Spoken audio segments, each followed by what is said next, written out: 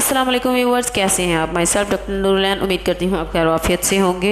सो viewers, आज का जो मेरा टॉपिक है वो है सिंपल कॉन्टिन्यूड फीवर, सादा बुखार। ठीक है, सादा बुखार। सबसे पहले मैं आपको ये बताऊंगी कि इसकी अलामात क्या हैं, उसके बाद बताऊंगी कि ये क्यों होता है, उसके बाद मैं आपको इसका होम्योपैथिक इलाज बताऊंगी। ठीक है, सबसे पहले हम बात करते हैं कि इसकी ये जो हैं वजूहात हैं। ये जो बुखार जब हो जाता है तो उसमें क्या होता है मरीज़ को। ठीक है, इसमें जब बुखार हो जाता है ना मरीज़ को, तो सबसे पहले तो मरीज़ को ठंड बहुत ज़्यादा लगती है, कपकपाहट वाली ठंड लगती है मरीज़ को। ठीक है, दिल घबराता है, बेचैनी होती है मरीज़ को, ज़बान खुश्क हो जाती है और रेड कलर की अक्सर ज़बान और होंठ जो होते हैं वो बिल्कुल लाल सुर्ख हो जाते हैं। उसके बाद जो आँखें हैं वो सफ़ेद हो जाती हैं। यूरिन जो होता है मरीज़ को, पेशाब जो होता है वो बहुत कम मिकदार में आता है, मगर कलर उसका बहुत ज़्यादा डार्क हुआ होता है, मतलब येलोविश हो सकता है या ऑरेंज हो सकता है, मगर बहुत डार्क कलर में उसको यूरिन आता है मरीज़ को।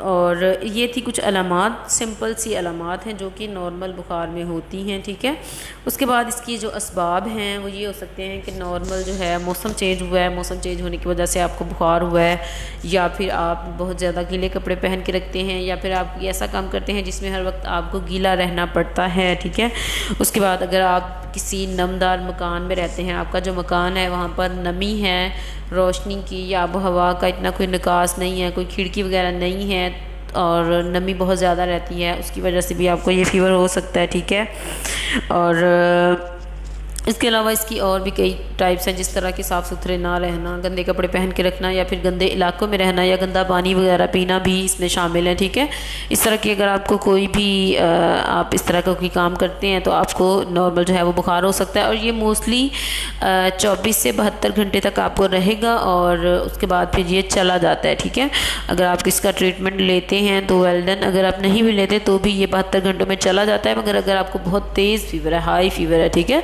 तो फिर तो आपने मेडिसिन लाजमी लेनी है इसकी। ठीक है, इसमें आपको मैं बताती हूँ इसकी जो होम्योपैथिक की मेडिसिन हैं जो कि नॉर्मल बुखार में यूज़ होती हैं, तो इसकी मैं आपको कुछ मेडिसिन सब बताती हूँ। ठीक है, सबसे पहले इसमें जो मेडिसिन है नंबर 1 पे आती है वो है कैम्फर। कैम्फर बहुत अच्छी होम्योपैथिक की मेडिसिन है, और इसकी सिम्टम्स ये हैं कि जब पेशेंट को ठंड लगे, बहुत शदीद ठंड लगे, कपकपाहट वाली ठंड लगे, उसको मतलब लरज़ रहा हो पेशेंट सर्दी के साथ, तो उसके लिए होम्योपैथी की मेडिसिन जो है कैम्फर बहुत अच्छी दवा है।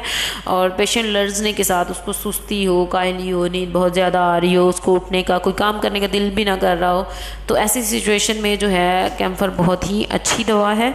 कैम्फर को आपने मदर टिंचर फॉर्म में लेना है, उसके 2 से 4 कतरे डायरेक्ट आपने अपनी टंग पर अप्लाई करने हैं। हर 15 मिनट के बाद इसको आपने अप्लाई करना है। बुखार उतरने के बाद आप इसको दिन में 4 बार ले सकते हैं। ठीक है, उसके बाद होम्योपैथिक की मेडिसिन आ जाती है नंबर 2 पे, एकोनाइट। ये दवा बुखार में बहुत लाजमी होती है और ये मोस्ट ऑफ फीवर्स में यूज़ होती है। ये सादा बुखार में भी यूज़ होती है, मगर इसके अलावा भी कई तरह के बुखार होते हैं उनमें भी ये यूज़ होती है। वो मैं आगे चल के आपको डिस्कशंस जब बुखार की कम करूँगी तो मैं बताऊँगी। तो इसमें जब बुखार में नब्ज़ पेशेंट की बहुत ज़्यादा तेज़ चल रही होती है, सर दर्द साथ हो रहा होता है, और मरीज़ का जो दिल होता है उसकी हालत बहुत बुरी होती है, दिल घबरा रहा होता है मरीज़ का, और सख्त बेचैनी उसको हो रही होती है, तो ऐसी हालत में जो है एकोनाइट बहुत अच्छी दवा है। एकोनाइट को 3x पोटेंसी में हर 15 मिनट के बाद आप रिपीट करें, या फिर हर आधे घंटे के बाद आप रिपीट करें। बहुत ही अच्छी दवा है। ठीक है, नंबर 3 पे आ जाती है विट्रम एल्बम।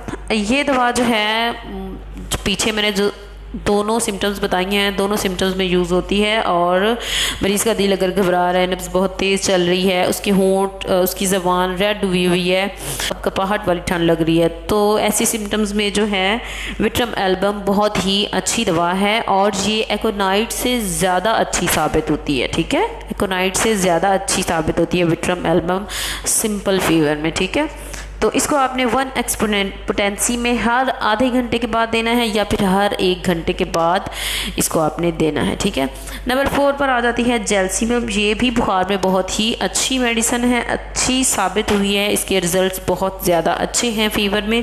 तो जैल्सीमियम इसमें जब मरीज़ को सुस्ती हो रही हो, कायली हो रही हो, नींद आ रही हो, मरीज़ को चक्कर आ रहे हो, ठीक है, और उसके बाद ये दवाई जो होती है ना, ये मोस्टली फीवर में यूज़ होती है। तो अगर मरीज़ को इस तरह की कोई सिम्टम्स हो और गर्मी जब मरीज़ को लग रही हो, बुखार में कुछ पेशेंट्स होते हैं उनको बुखार में सर्दी लगती है, तो अभी मेरी आवाज़ थोड़ी सी खुद बदल गई है क्योंकि मौसम चेंज हुआ है तो इसको आप इग्नोर करें, ठीक है। तो मरीज़ को जब फीवर में गर्मी लग रही हो और बाहर का मौसम भी गर्म हो और उसको उस गर्म मौसम की वजह से बुखार हुआ, जैसा कि कभी कभार होता है ना कि हमारे बच्चे बाहर खेलने गए हुए होते हैं धूप में और जब वो वापस आते हैं तो फिर भी उनको जो है टेम्परेचर उनका हाई होता है, उनको बुखार हुआ होता है, तो उनको धूप की वजह से उसका टेम्परेचर हाई हुआ ना, तो उसके लिए जो है जेलसीमियम बहुत ही अच्छी दवा है, ठीक है। इसको आपने देना कुछ इस तरह से है, इसने आपने इसको 1x पोटेंसी को आपने हर 1 घंटे के बाद रिपीट करना है और बुखार उतर जाने के बाद 2 से 3 दिन आप पेशेंट को जो है दिन में 3 बार यूज़ करवाएं, ठीक है। सो ये थी सिंपल बुखार की कुछ सिंपल सी मेडिसिन। अगर आप और मज़ीद किसी बीमारी के बारे में वीडियो बनवाना चाहते हैं या फिर आप उसके बारे में जानना चाहते हैं तो आप नीचे कमेंट सेक्शन में कमेंट कर सकते हैं और मेरे चैनल को सब्सक्राइब कर दें, बेल आइकन दबाना ना भूलिएगा। मिलते हैं नेक्स्ट वीडियो में। अल्लाह हाफिज़।